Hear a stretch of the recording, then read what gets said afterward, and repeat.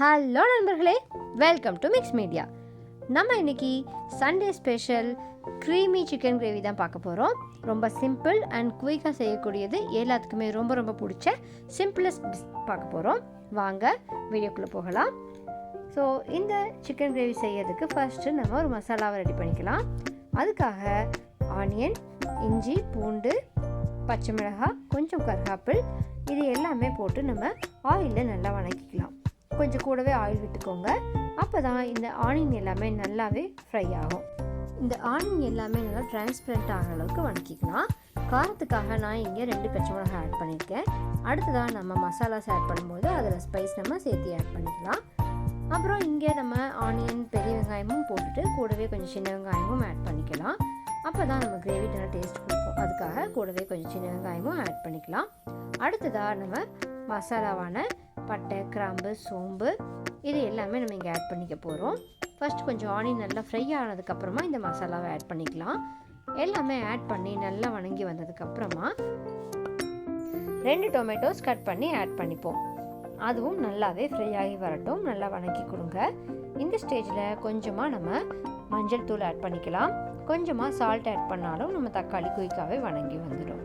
So இதெல்லாமே add பண்ணிவிட்டு நல்லா வதக்கி எடுத்துருவோம். கொஞ்சம் நேரம் ஆற விட்டுருவோம். மீன் டைம் வேற ஒரு கடாய் வச்சுக்கலாம். அந்த கடாயில் பட்டர் ஆட் பண்ணிவிட்டு பட்டர் மெல்ட் ஆகிற வரைக்கும் வெயிட் பண்ணுவோம். கீ ஆகக்கூடாது, பட்டர் மெல்ட் ஆனால் மட்டும் போதும்.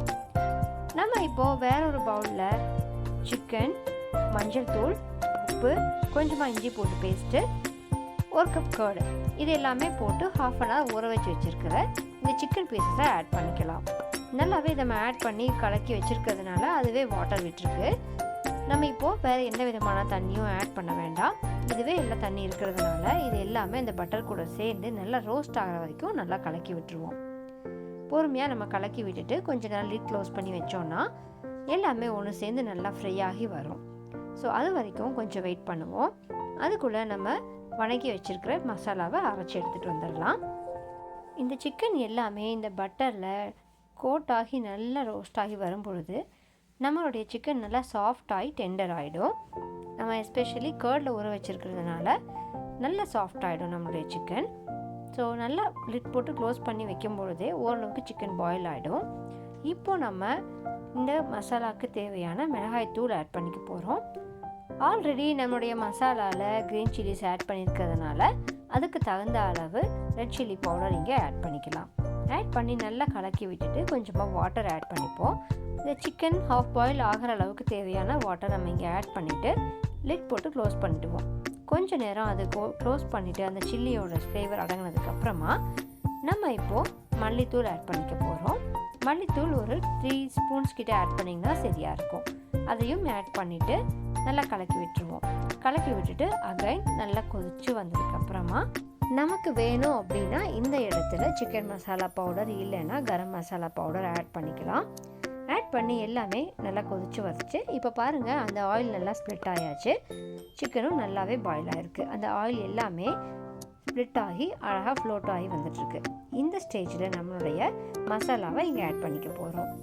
இந்த அரைச்ச மசாலா எல்லாம் ஆட் பண்ணதுக்கப்புறமா நல்லா மிக்ஸ் பண்ணி விடுங்க. மிக்ஸ் பண்ணி விட்டுட்டு இந்த ஸ்டேஜில் நமக்கு தேவையான சால்ட்டு செக் பண்ணிவிட்டு ஆட் பண்ணிக்கலாம். இந்த மசாலா எல்லாமே இந்த சிக்கன் கூட கோட் ஆகி நல்லா வர வரைக்கும் நம்ம வாட்டர் ஆட் பண்ணாமல் கொதிக்க விடுவோம். எல்லாம் நல்லா கோட் ஆகி வந்ததுக்கு அப்புறமா நமக்கு அந்த பச்சை ஸ்மெல்லாக போயிடும். ஸோ இந்த ஸ்டேஜில் நமக்கு தேவையான அளவு வாட்டர் ஆட் பண்ணிக்கலாம்.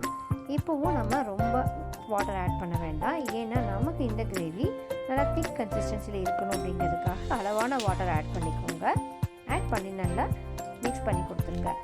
மிக்ஸ் பண்ணி கொடுத்துட்டு இந்த கிரேவியில் நமக்கு கொஞ்சம் ஸ்வீட் டேஸ்ட் வரணும்னு நினச்சோன்னா கொஞ்சமாக 1 பிஞ்ச் ஸ்வீட் சுகர் ஆட் பண்ணிக்கலாம். அப்படி இல்லைன்னா நீங்கள் அப்படியே வச்சிடலாம். லிட் போட்டு க்ளோஸ் பண்ணி சிம்மில் வச்சுருவோம். நமக்கு இங்கே சிக்கன் நல்லா பாயில் ஆனதுனால குயிக்காகவே இந்த கிரேவி ரெடி ஆகிடும். இப்போ இந்த கிரேவியில் அழகாக அந்த பட்டர் எல்லாமே நல்லா மெல்ட் ஆகி ஃப்ளோட் ஆக ஆரம்பிச்சாச்சு.